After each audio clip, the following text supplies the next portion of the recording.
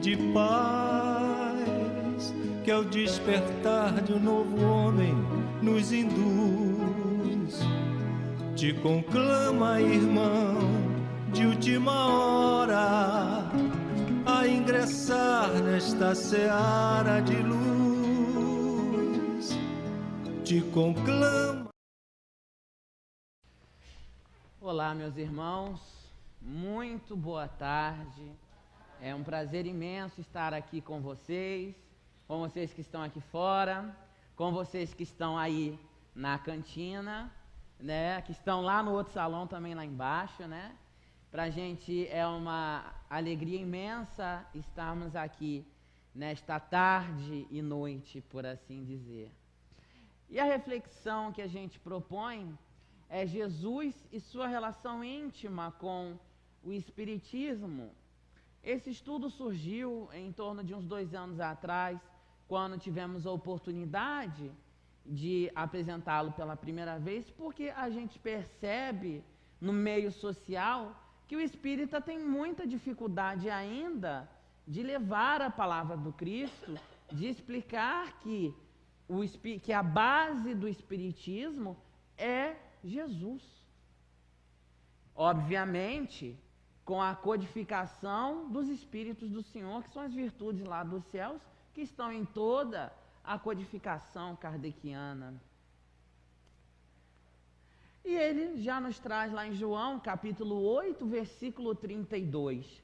E conhecereis a verdade, e a verdade vos libertará. Ora, de que verdade que Jesus falava, meus irmãos? Qual era a verdade que ele queria que nós enxergássemos? Ora, nós somos seres distintos. Ninguém aqui é uniformizado, tem o mesmo tipo de pensamento que o outro. Cada um de nós é um ser diferente, individual, com um universo paralelo. Então, obviamente, a verdade está dentro de cada um de nós. E a gente deve buscar qual é a nossa verdade. Qual é a verdade do Ciro, a verdade da Maria e a verdade do João. Mas hoje, enquanto espíritas, no momento, enquanto tomando conhecimento da doutrina espírita, a nossa verdade é o espiritismo. Os protestantes estão no momento em que a verdade deles é o protestantismo. Os católicos, os umbandistas e etc. E por assim, devemos dar-lhes o nosso total respeito. Mas hoje, enquanto espíritas, a nossa verdade é o espiritismo. E Jesus já trazia isso para a gente com muitas convicções. E nós vamos ver ao longo da reflexão da tarde que, por exemplo, na questão 625, qual o tipo mais perfeito que Deus já ofereceu ao homem para lhe servir de guia e modelo? Jesus. Não existe vírgula, não existe reticências, não, é Jesus e ponto final. Está lá no livro dos Espíritos, para quem quiser ir lá e conferir, está lá na questão 625. O que é ser um guia? O que é ser um modelo? Ou seja, é ser um espelho realmente de como nós devemos traçar as nossas atitudes, como devemos encarar as nossas situações mais adversas advindas do nosso dia a dia. Porque nós ainda estamos num mundo de provas e expiações. Então tudo aqui pra gente ainda é muito penoso. Então cabe tanto quanto nos é possível abrandar esse sofrimento, essas provações e essas expiações. Através de quê? Através das verdades que cada um de nós busca dentro de nós.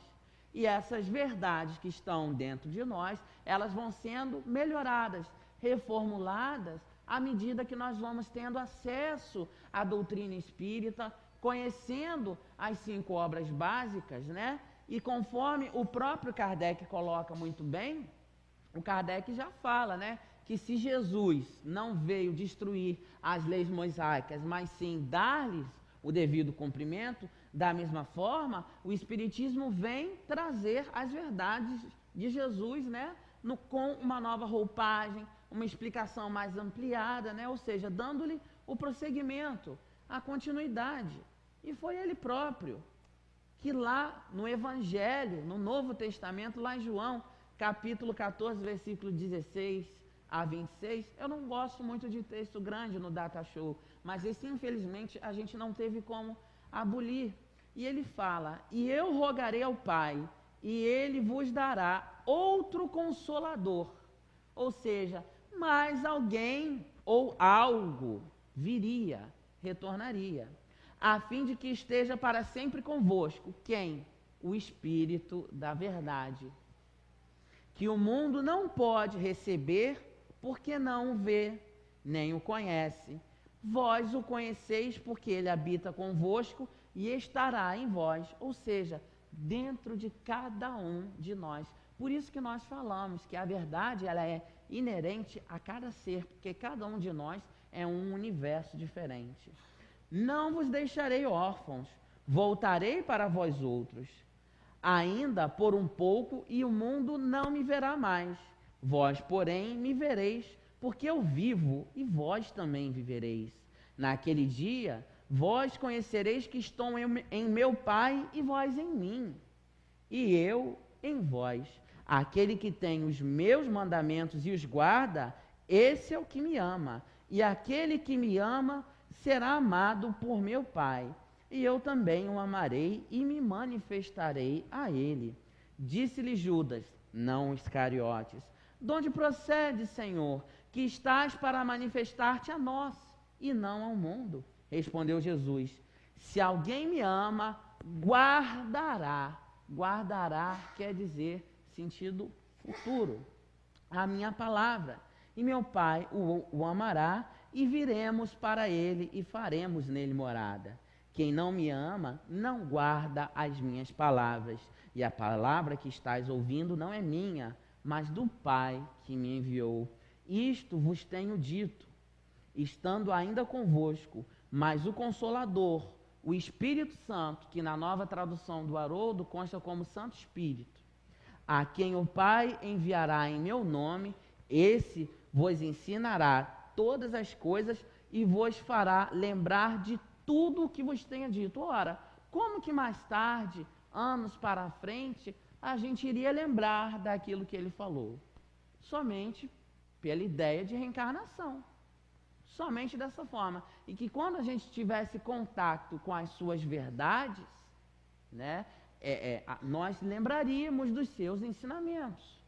Naquele momento em que Jesus passava pela terra, a humanidade passava por um processo onde o estudo era muito escasso, a ignorância pela falta do conhecimento era muito grande. Então, tal qual precisou vir Moisés primeiro para dar a ideia de um Deus único, Jesus precisou vir para dar a ideia de um Deus de amor acima de tudo. E entre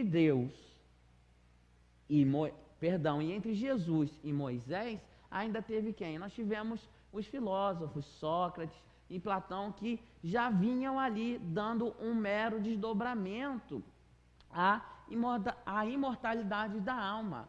Tanto que Kardec abraça as ideias de Sócrates e Platão. Se formos lá na introdução de O Evangelho segundo o Espiritismo, nós vamos encontrar, né, as filosofias de Sócrates e Platão. Então, tudo isso, com o passar do tempo, com o passar dos anos, o homem se aprimorando, desenvolvendo mais a ciência, desenvolvendo mais a tecnologia, descobrindo que o mundo não parava onde ele achava que parava, foi possível que chegasse então até nós a codificação kardeciana, o Consolador prometido por Jesus, porque o homem já estava num estágio capaz de entender melhor e compreender as suas convicções. Antes da codificação kardeciana, tivemos alguns outros, como foi o caso de Frère Antoine Mesmer, né? Tivemos o próprio Pestalozzi, cada um em sua área científica específica. O Pestalozzi na área da educação, o Mesmer na área do magnetismo. Tivemos o Daniel Douglas Home, em 1700 e pouco, que era um médium que voava, né? E todo mundo via, isso está devidamente documentado numa obra que saiu há até bem pouco tempo. Então, quer dizer, as coisas tiveram que vir sendo colocadas aos poucos, né? Para que nós, vamos dizer assim, não enlouquecêssemos com tantas ideias novas. Quantos de nós, quando abriu o livro dos Espíritos a primeira vez, ou então quando a nosso primeiro contato com a doutrina espírita foi vendo o filme Nosso Lar, por exemplo, chegamos assim, encostamos a cabeça e falamos, caramba, quanta coisa nova, quanta coisa diferente, mas será que isso tudo é verdade? E daí, como dizem os jovens, tem companheiros que chegam a pirar na batatinha quando veem essas coisas. Eles piram completamente, né? Muitas das vezes vamos conversar com irmãos de outros credos, né? E quando você começa a, vamos dizer assim, de certa forma, convencê-lo, ele fala assim, para. Não quero ouvir mais porque é o demônio que está falando por você, né? Mas é ali porque é o momento dele, ele está num momento diferente, que ele ainda não assimilou, não fez a assimilação disso. Por isso que não se podia vir antes o Consolador prometido, né? Passou-se Idade Média, cruzadas, matou-se muito em nome de Jesus, queimou-se muitas bruxas nesse meio tempo. Então quer dizer, o mundo por si só teve que ter um terreno fértil para que pudesse chegar essas ideias. Faltando, inclusive, terreno fértil na Europa, conforme está lá no livro Brasil, Coração do Mundo, Pátria do Evangelho, que nosso companheiro Paulo Jorge tão bem conhece, essa árvore, mais uma vez, teve que ser transferida e veio para o Brasil. Então, hoje, realmente, o Brasil é o coração do mundo, pátria do Evangelho. Nós somos o maior país espírita do mundo. O segundo maior país espírita do mundo, que seria Cuba, tem apenas 500 centros espíritas. Só no estado do Rio de Janeiro, hoje, nós temos 677 centros espíritas. Então, olha a dimensão, a proporção e a oportunidade de que nós, hoje, estamos tendo contato com esta verdade, né? Que, para o nosso momento, hoje, a verdade que Jesus propunha é o Espiritismo, e não tem como a gente refutar isso. E lá, em Obras Póstumas, quem aqui já leu Obras Póstumas, levanta a mão. Quem pelo menos já viu a capa do livro, levanta a mão. É um livro maravilhoso, tal qual que é o Espiritismo, Instrução das Manifestações Práticas Espíritas e várias outras, Revista Espírita e várias outras obras de Kardec que ninguém conhece, que tem ideias, né, e assertivas maravilhosas. E lá em Obras Póstumas ele faz o relato, né, de como que esse espírito, o espírito da verdade que Jesus falou lá no Evangelho, se apresenta para ele e diz: para ti me chamarei a verdade, e todos os meses aqui, durante 1/4 de hora, estarei à tua disposição. E como diz o companheiro Zé Hélito, lá de Araruama, que estará com vocês aqui no dia 21, eu acho que eu não vou me entender com ele, mas vamos lá. Tá indo? Tá. A doutrina possui verdades crísticas. Para serem verdades crísticas, elas devem ser irrefutáveis, porque são de caráter divino, vieram dos céus, coordenados por Jesus. Se o Espírito de verdade é ou não o próprio Jesus Cristo, o próprio Kardec deu a resposta. Pouco importa quem assina a mensagem, o que importa é o conteúdo dela, né? Então, se é secretário de Jesus, se é o próprio Jesus, deixa para quem gosta da polêmica polemizar. A gente fica com a instrução de Kardec, porque essas verdades foi uma comunhão de vários espíritos respondendo o livro dos Espíritos. Santo Agostinho, São Paulo, João Evangelista, Fénelon e vários outros e muitos outros, né? Então, com as ideias do Cristo, obviamente aquilo que o Cristo queria que chegasse até nós. Então nós devemos tomar tudo por base realmente da verdade. né, de que ali contém. Porque hoje cria-se no movimento espírita o seguinte: você está conversando com um companheiro espírita, ele fala assim: ah, ô Ciro, mas eu acho que não é muito bem por aí, não. Eu falo: não, mas espera aí, foi o autor X que disse, é um autor confiável, né? Você se baseia em quê no seu achismo? E daí a pessoa fica... E a gente, às vezes, perde amigos por causa disso, né? É óbvio, cada um de nós tem uma opinião diferente. A gente tem que saber conviver com as diferenças. Isso é importante. Agora, nós temos obras maravilhosas, sérias. Só Chico Xavier são mais de 400 obras. Eu tenho certeza que aqui dentro ninguém leu mais que 100 de Chico Xavier. Eu tenho certeza. Eu posso assinar embaixo, né? Então, quando a gente vem trazer algum estudo ou vamos conversar com algum outro companheiro, nós temos que estar embasado no estudo da codificação espírita, que é em cima do Novo Testamento, que são as leis morais, intelectuais, filosóficas do nosso irmão maior Jesus. E a Joana de Ângeles, ela confirma na sua última obra, dissertando sobre o fanatismo do cristianismo primitivo, até que veio o Consolador, ou seja, o Espiritismo, e novamente o formoso brilho do Evangelho, como um sol especial, passou a iluminar as vidas e a aquecer o frio das almas. Então, olha só a importância. A Joana, através de várias de suas psicografias e de várias de suas obras, né, já trouxe informações que até então eram novas e que, com o tempo, a ciência comprovou que era verdade. Na sua obra Estudos Espíritas, de 1983, ela afirma que o homem não usa nem um terço do seu cérebro. Hoje, a ciência, através de estudos, já descobriu que nem 20% do nosso cérebro ele é usado, da nossa capacidade neural, ele é usado. Então, olha só, uma verdade irrefutável que esse espírito traz. Então, é um espírito sério, comprometido com a verdade, que está dentro do controle universal do ensino dos espíritos, porque caminha junto com Jesus e com a codificação kardeciana. Porque, na verdade, essa relação, ela não é uma relação, porque Jesus, ele é o próprio Espiritismo redivivo. Todos os seus ensinamentos foram apenas desdobrados, dados a continuidade.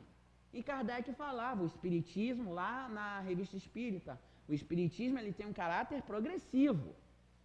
Agora, a base é sempre a mesma. A base aqui desse salão de palestras, ele jamais vai mudar. Ele vai ser sempre o mesmo. A terra irá ser sempre terra. Conforme ela for sendo moldada, ela pode ir ganhando uma nova aparência. Como nós sabemos, o espiritismo na França era puramente científico. Quando chegou no Brasil, tomou-se uma conotação um pouco mais religiosa, mas não deixou de ser espiritismo porque manteve as suas bases doutrinárias e filosóficas e científicas, que estão lá no seu tríplice aspecto. Religião, Pai nosso que estás nos céus, está lá em Mateus capítulo 6, versículo 9. Ou seja, Jesus fala em religião em diversas passagens, a gente está só trazendo uma. Filosofia, que é mais fácil dizer ao paralítico? Os seus pecados estão perdoados, ou levante-se, pegue a sua maca e ande. Está lá em Marcos capítulo 2, versículo 9, fazendo com que? Com que nós pensássemos sobre a situação desse paralítico. Ciência, na casa de meu pai há muitas moradas. Esse é o tríplice aspecto da doutrina espírita, que já estava lá implícito nos ensinamentos de Jesus. E a gente se aprofundou ainda mais, trazendo nos aspectos básicos da doutrina, né, que seriam os pilares em que nós estamos montados, por assim dizer, né, estariam presentes num sorvete de creme. A gente estabeleceu esse método bem contextual que nós aprendemos com um companheiro lá da Federação Espírita de Goiás, porque muitas das vezes os espíritas são parados na rua assim e perguntam, mas vem cá, vocês acreditam em quê? E, peraí, deixa eu ver. Aí coça a cabeça. Reencarnação, né? a gente não está sabendo, né, divulgar a doutrina. E essa é a maior caridade que a gente pode fazer com ela, já nos diz Emmanuel. Então, através dessa regrinha do sorvete de creme, vai ficar mais fácil da gente fazer a associação do que nós cremos para passar para os outros. Então, o primeiro aspecto seria Deus. Quem viu o programa do Renato já sabe. Então, o primeiro aspecto seria Deus, ou seja, acreditamos em Deus. Acreditamos na existência dos espíritos. Acreditamos na comunicação dos espíritos. Acreditamos na reencarnação. Acreditamos na evolução. Acreditamos na pluralidade dos mundos habitados. E acreditamos na lei de causa e efeito, né? Uns autores podem colocar mais aspectos básicos, outros um pouco menos, mas esses a gente acredita que quando a gente for conversar com alguém, né, seja o suficiente para passar a ideia da nossa doutrina, a ideia do que nós somos, do que nós fazemos, do que nós praticamos, né? E num sentido mais filosófico, Kardec já coloca lá na Revista Espírita que num sentido mais filosófico, nós somos religião sim, e Divaldo também confirma isso, que no sentido mais filosófico nós somos religião sim. Por quê? Porque nós não temos nada diferente deles. Olhemos os aspectos básicos. A nossa única diferença cabal para as outras doutrinas é a reencarnação, tal qual nós acreditamos. Agora, eles acreditam em Deus, na existência dos espíritos, na comunicação dos espíritos, porque eles lá não têm os demônios, por exemplo, que influenciam a vida das pessoas. Eles não falam em línguas estranhas, eles falam, né? Reencarnação, eles não acreditam. Evolução, eles acreditam? Eles acreditam. De uma forma diferente da gente, mas eles acreditam que se a pessoa for boa na terra, servir a Deus na igreja, ela vai ter um lugarzinho bom no céu. Isso é uma ideia um pouco equivocada de evolução, mas não deixaria de o ser. Na pluralidade dos mundos habitados, que nós passamos por vários estágios, né? Eles acreditam que quem faz o bem vai para o céu, quem faz o mal vai queimar no fogo eterno do inferno. Isso seriam dois mundos diferenciados. Então, da forma deles, eles acreditam também. E na lei de causa e efeito, que é aquilo que você faz, você vai pagar. Eles também creem nisso. Então, realmente, o nosso aspecto cabal, diferente deles, seria a reencarnação. E é muito importante que nós, digamos que nós temos muito mais pontos em comum do que divergências, para que muitas das vezes nós não entremos nas falácias equivocadas que muitas das vezes a gente entra, né? Às vezes é com um companheiro de trabalho, né? Que ele vem lá e vem te perturbar, mas lá você bate tambor, mas lá a mesa é coberta com um pano branco, como é que é? Às vezes eles vêm fazer esse tipo de questionamento porque ainda passa por uma ignorância. O Jesus que nós compreendemos e entendemos hoje é diferente do Jesus que eles acreditam e seguem, ou que acreditam, mas não seguem, porque dentro do próprio protestantismo há várias vertentes de pensamentos diferenciados. Conforme João, o evangelista, traz lá no Evangelho, né, ele diz que Jesus, ele é espírita por excelência. Então a gente vai dar uma pequena desdobrada no que foi que Jesus falou em cima desses aspectos básicos que estão no sorvete de creme. O primeiro deles seria Deus. Então, Jesus traz lá em Mateus, capítulo 22, versículo 32, que Deus é de vivos e não de mortos. Ora, ele falando do nosso Pai eterno. Na existência dos espíritos, a cura dos endemoniados de Gerasa, está lá em Mateus, capítulo 8, por inteiro. Né? E várias outras curas de endemoniados, né? Várias expulsões de demônios que ele fez. Comunicação dos espíritos. E surgirão muitos falsos profetas e enganarão a muitos. E é muito importante que a gente diga que profite em grego significa através de, que é exatamente a mesma ideia de médium que o Kardec quis colocar, que é uma palavra em latim.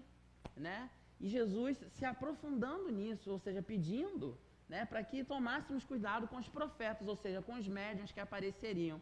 Isso está muito diferente no movimento espírita de hoje? Passou-se 2014 anos, ou conforme o Haroldo Dutra diz, que Jesus não foi crucificado aos 33, mas sim aos 38, aí a polêmica fica com ele lá, então já teria se passado 2019 anos, vamos colocar assim. Será que isso mudou muito? Nós ultimamente, na nossa doutrina, temos recebido o quê? Uma enxurrada de obras ignóbeis, de obras que não estão em acordo com Kardec, não estão em acordo com nada que a gente conheça. São o quê? São os falsos profetas. E Jesus já dizia isso pra gente, lá 2000 e tantos anos atrás.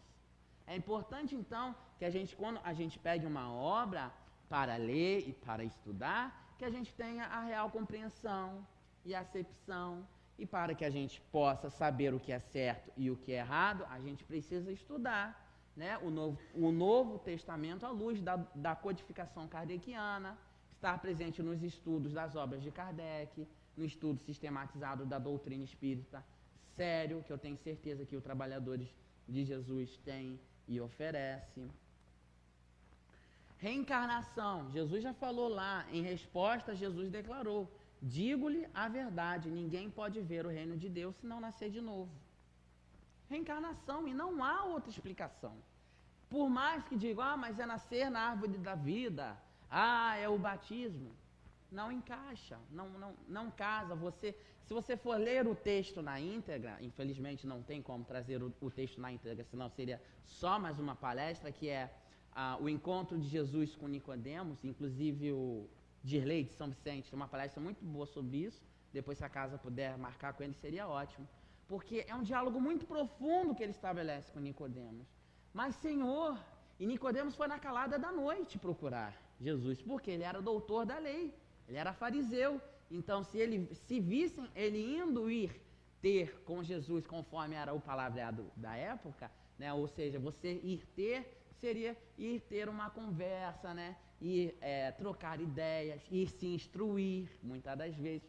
Então, se vissem Nicodemos indo ir procurar Jesus, né, isso seria um problema sério para ele. Mas foi um de seus maiores defensores dentro do Sinédrio. Foi Nicodemos e o José de Arimateia. Evolução. Sede vós, pois, perfeitos, como é perfeito o vosso Pai que está nos céus. Está lá em Mateus capítulo 5, versículo 8. Jesus mostrando, né, a questão da evolução, que a gente precisa se depurar, que nós precisamos ser melhores, que nós precisamos mudar os hábitos da nossa vida. Conversava com a Val aqui no início, nossos hábitos alimentares, que muitas das vezes passam tão desapercebidos como que a gente está se alimentando, né? O que é que a gente está falando na rua, o que é que nós estamos conversando com os nossos filhos e com as nossas filhas. É óbvio, é um mundo de provas e expiações. Santinho, alguém vai ficar? Não vai, mas é possível que abrandemos isso tanto quanto nos seja possível. Os mundos habitados, na casa de meu pai há muitas moradas. É muito importante que várias passagens de Jesus, ele muitas das vezes dizia uma frase, mas que caberia em vários contextos. Essa é uma delas. Vejamos bem, se a gente for lá no Google e batermos assim, foto da Via Láctea em meio ao universo, a Via Láctea, que é onde estão os 9 planetas, inclusive a Terra, é uma cabecinha de uma agulha assim, ó, miudinha. Então isso mostra que nós somos o quê? Nada. Nós somos um mísero grão de areia. Aí ótimo, esse contexto geralmente é o contexto que todo mundo admite e conhece. Mas em volta da Terra, nós não temos várias moradas? Nós temos várias cidades espirituais, nós temos umbral médio, umbral grosso. Aqui mesmo, neste ambiente, nós temos espíritos que estão em várias diferenças de faixas vibratórias. Nós temos isso. Mas e a morada que cada um de nós é? Porque se a lei de Deus habita em nossa consciência, É óbvio que Deus está dentro de cada um de nós. Então, cada um de nós é uma morada desse imenso universo. Cada um de nós temos as nossas moradas internas. Nós temos o bem, nós temos o mal, nós temos a alegria, nós temos a tristeza, nós temos a fé, nós temos a esperança, nós temos a raiva, nós temos a dor. Olha quantas moradas na casa do Pai nós temos. Então, que a gente possa refletir sobre isso. Lei de causa e efeito. Aí Jesus traz lá: pois o Filho do Homem virá na glória de seu Pai com os seus anjos, e então recompensará a cada um de acordo com o que tenha feito. Ou seja, o famoso a cada um de acordo com as suas obras, né? Dependendo da tradução. Ele mostrando, né, que aquilo que nós fizermos um dia retorna. Ou nessa encarnação, ou na próxima. Não tem jeito. Não tem como correr. E a gente tem um péssimo hábito. Infelizmente, nós temos um péssimo hábito de dizer aqui: ah, não, mas isso aqui eu vou deixar para a próxima. Eu estou num tempo diferente. Vocês já pararam para pensar que a gente já pode ter falado isso na anterior? Na anterior? E na anterior? E na anterior? Vocês sabiam que muitas das vezes a gente vem para trabalhar justamente isso que a gente não quer. Aquilo que é o que a gente tem mais de punjante. Às vezes a gente só reencarna para trabalhar aquilo. Porque o tempo, ele é infinito. O tempo, ele é infinito. O tempo espiritual, ele é muito diferente do nosso, que a gente nem tem a capacidade de compreender. Né? Então, tudo que a gente faz, de certa forma, isso retorna para a gente. Não adianta a gente querer se enganar. O Emmanuel fala: o nosso tempo é agora. Não há outro. Então vamos aproveitar a oportunidade de estarmos aqui na Terra. Tem 3 vezes mais irmãos no outro plano querendo retornar. E a gente está aqui pela dádiva e glória divina. E a gente, conforme Joana fala, a gente fica muito nas nossas áreas, nas nossas zonas de conforto mental. Porque a mudança, né, a dor, ela vem quando a gente decide mudar, quando a gente decide melhorar, porque dói. Esse autoburilamento, isso dói, isso machuca. Mas ela explica isso, a Joana explica isso dizendo que a dor é recurso do despertamento. Então ela se faz um tanto quanto necessária, às vezes, para que a gente aprenda. Ora, quando a gente está feliz, dificilmente a gente se lembra de agradecer a Deus e a Jesus pela felicidade. Mas quando a gente está triste ou quando estamos passando por momentos difíceis, todo mundo sempre se lembra de pedir. É ou não é verdade? Estou dizendo algo equívoco? Não. Então a gente precisa realmente refazer esses caminhos íntimos. Aí a gente se pergunta, e é uma grande pergunta que eles fazem lá fora para a gente, se o espírita lê a Bíblia. Quem acha que sim, levanta a mão. 50%. Bom, onde que o espírita lê a Bíblia? Nós lemos sim a Bíblia, gente. Nós lemos. Muitas das vezes sem perceber. Antigamente ficava até mais difícil dar essa resposta. Hoje já melhorou. Tá? Lá no Evangelho segundo o Espiritismo tem o quê? Tem as máximas morais do Cristo, contido no Novo Testamento. E por que que isso melhorou agora? Porque nós podemos falar para os outros religiosos que agora nós temos a nossa tradução do Evangelho, né? O Novo Testamento lá com o nosso amigo Haroldo Dutra Dias, que esteve aqui no ano passado, né? Então, é importante. É uma obra que ainda está com um preço um pouco inacessível, sim, mas é importante que a gente compre, compartilhe com os amigos, divida, faça uso, né, no culto do Evangelho no lar, porque a gente percebe que isso foi até uma preocupação muito íntima da FEB, porque aqueles irmãos que para mim são verdadeiros heróis, que acordam aos domingos, 6 horas da manhã e batem nas nossas portas às 7 horas da manhã, dão um show de Bíblia na gente. E a gente fica perdido. Muitos amigos espíritas não conseguem conversar com esses companheiros que vêm ali, juro por Deus para vocês, gente, com o maior amor e carinho, para fornecer mais uma opção de salvação, para fornecer mais uma opção de amor e de carinho de Deus. Então, devemos tratá-los com amor e com carinho. E muitas das vezes conversar com eles. Olha, meu irmão, essa não é a minha verdade. Aquilo que nós falamos aqui no início. Mas eu acredito nisso, assim, assim, assim. Essa passagem que você está me falando, isso aqui nós entendemos dessa forma. Porque assim a gente pode chegar e nos encontrarmos como irmãos de fé, como irmãos em Deus, irmãos em fraternidade. Porque nós temos muito mais pontos em comum do que divergência. Analisando as traduções bíblicas do Severino Celestino, que é um ótimo orador, quem não conhece vale a pena conhecer, tá? Ele conhece o hebraico como ninguém, a cultura, né? Todos os anos ele viaja lá para... Como é que é o nome daquela região? Me falhou agora, realmente. Israel, né? Ele passeia Israel toda, isso, Síria, mostrando ali a cultura que aquele povo tinha, né? E ele mostrando também que, na verdade, o Velho Testamento eram historinhas, tal qual Jesus também contou as ditas historinhas, as parábolas, né? Então, é importante para que a gente tenha o conhecimento também do Velho Testamento, né? O Espiritismo não presta o culto necessário ao Velho Testamento, mas é uma obra importantíssima da gente conhecer, né? Com profundidade. Tem histórias altamente interessantes, vale a pena conferir. Boa Nova, de Humberto de Campos, que mostra, né, um contexto bíblico, né, um conteúdo bíblico, um livro que a gente percebe que cada vez mais vai ficando esquecido no movimento espírita, são as obras de Humberto de Campos, né, obras maravilhosas. Paulo e Estevão de Emmanuel. Gente, quem é que não chora lendo Paulo e Estevão, né? Aí você vai lá em Atos dos Apóstolos, né? São poucas linhas, vai em Paulo e Estevão, a gente toma um susto, porque é dessa grossura assim, né? E não quer ler, mas é um livro maravilhoso para compreender aquele texto bíblico chamado Atos dos Apóstolos, escrito pelo médico Lucas.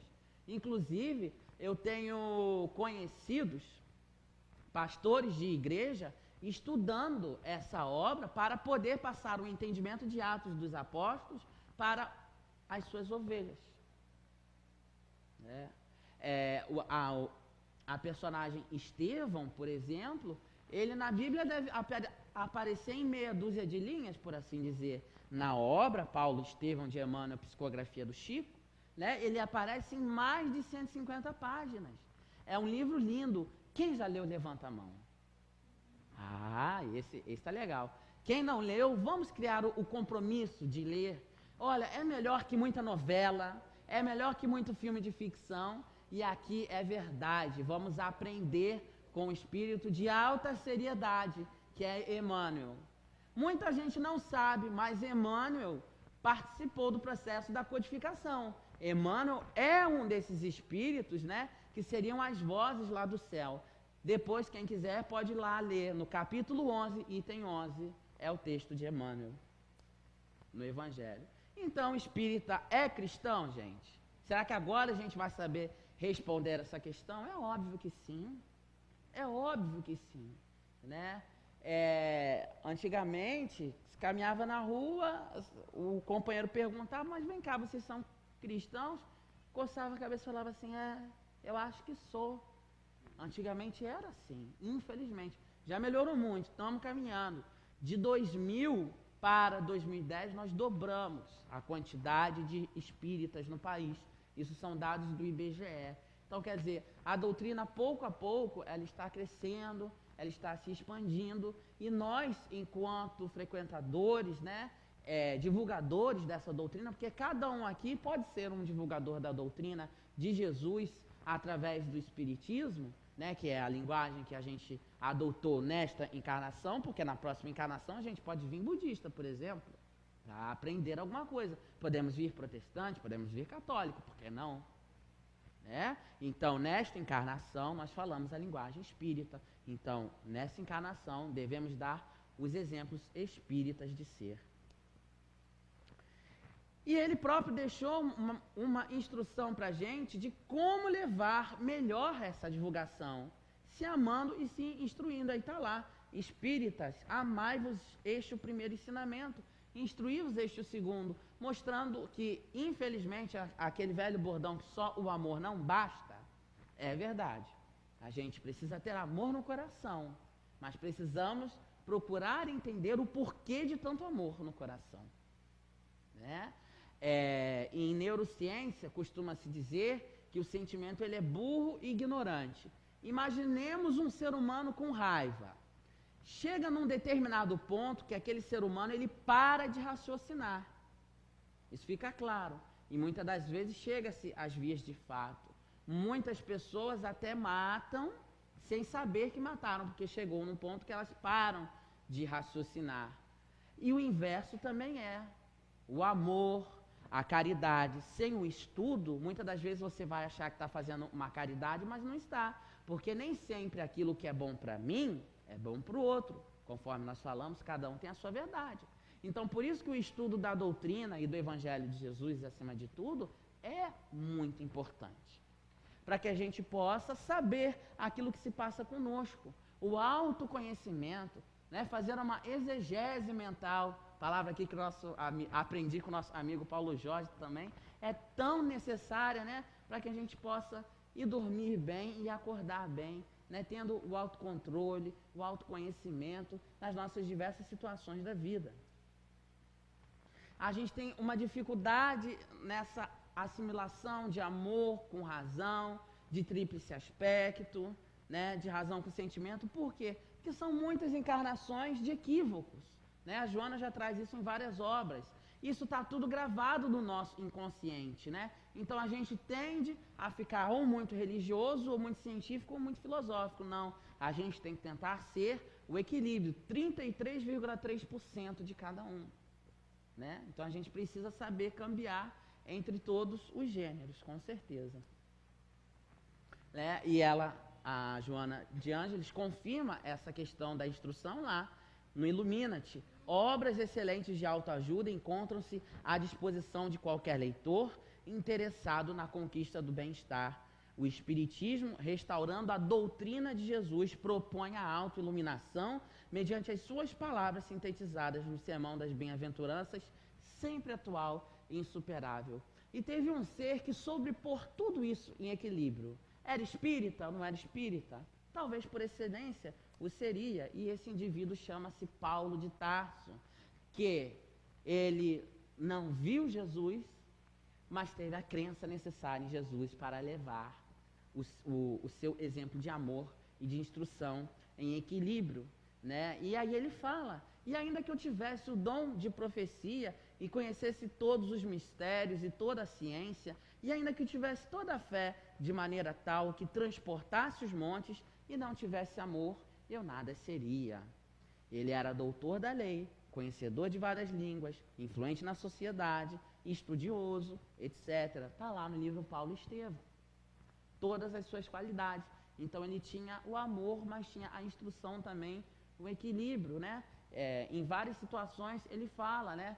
Vede antes, porém, da onde provém o espírito, ou seja, querendo dizer, né? Ver que tipo de espírito que está se manifestando no profeta na época, né? Então ele já tinha toda essa consciência, toda essa base que o Espiritismo tem, porque Jesus o tinha, ele era discípulo do Cristo, apóstolo do Cristo, como queira. Então ele também, intuitivamente, o tinha. E Jesus fala que nesse mundo nós só teríamos aflições, mas que a gente tivesse bom ânimo, porque é possível vencer o mundo. Ou pelo menos abrandar, tanto quanto nos for possível nesta encarnação. Estamos aqui para progredir, para evoluir, conforme está lá no Livro dos Espíritos. Um dos objetivos da reencarnação é a evolução intelecto-moral, ou seja, razão e sentimento. Estamos cada vez mais fazendo justiça com as próprias mãos. Apontamos o dedo para um, apontamos o dedo para o outro. Às vezes cai uma página na reunião espírita e está falando assim, tá vendo, fulano? Isso aqui foi para você. Isso aqui foi para você. Mas não, é para cada um de nós.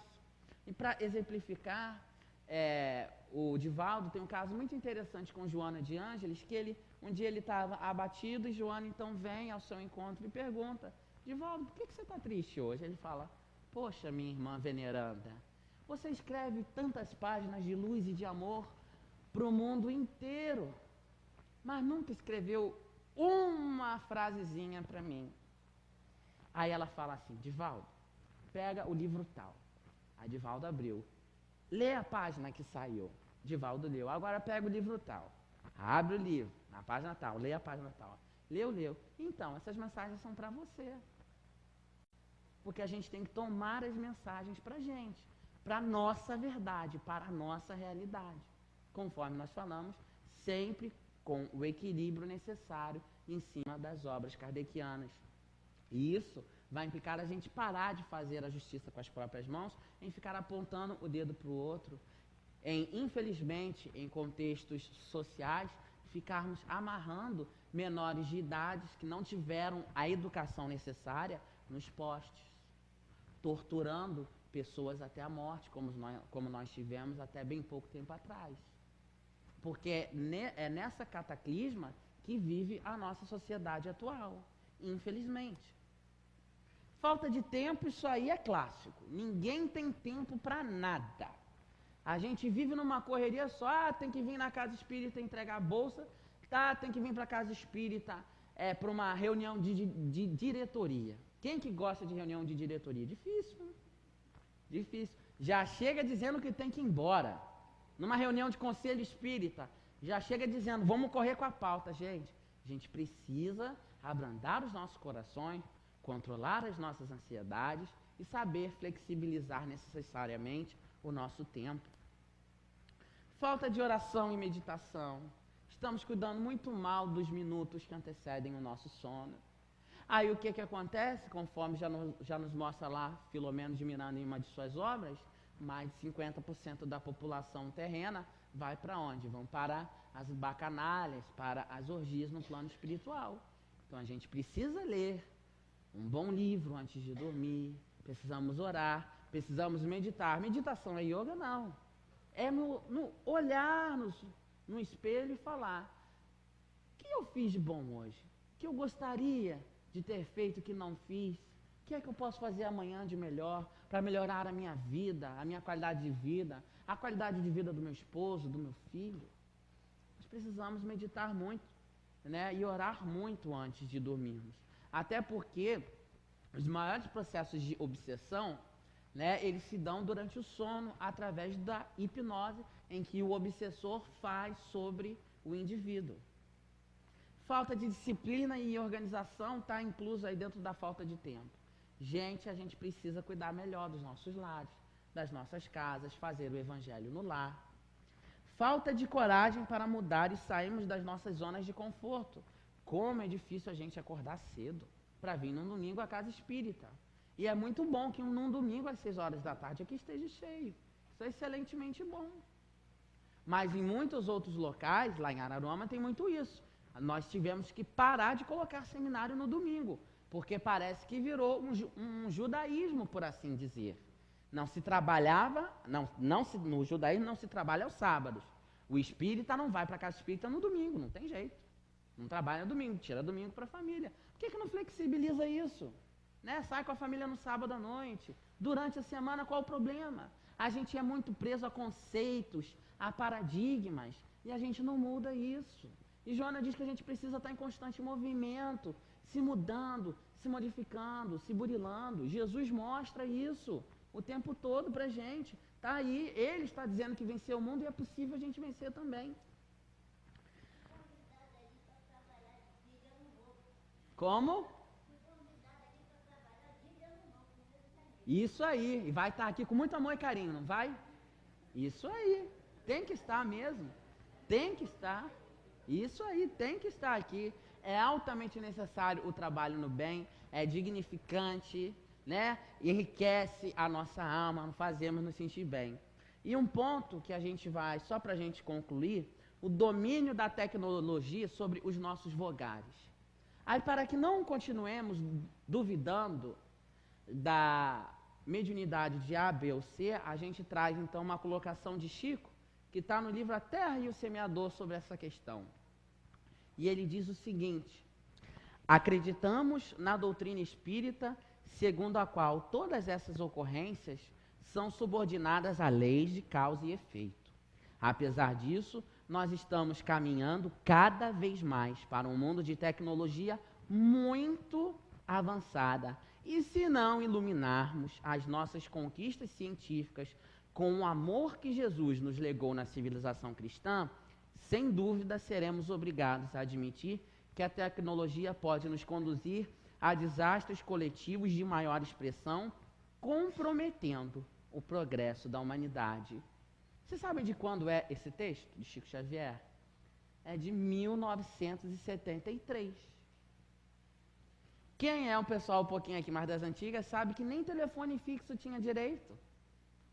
Olha a sabedoria ou a intuição no momento dessa resposta que ele estava tendo. O que a gente vê hoje? Nós vamos num restaurante, todo mundo na mesa lá, no WhatsApp. E ninguém olha olho no olho um do outro.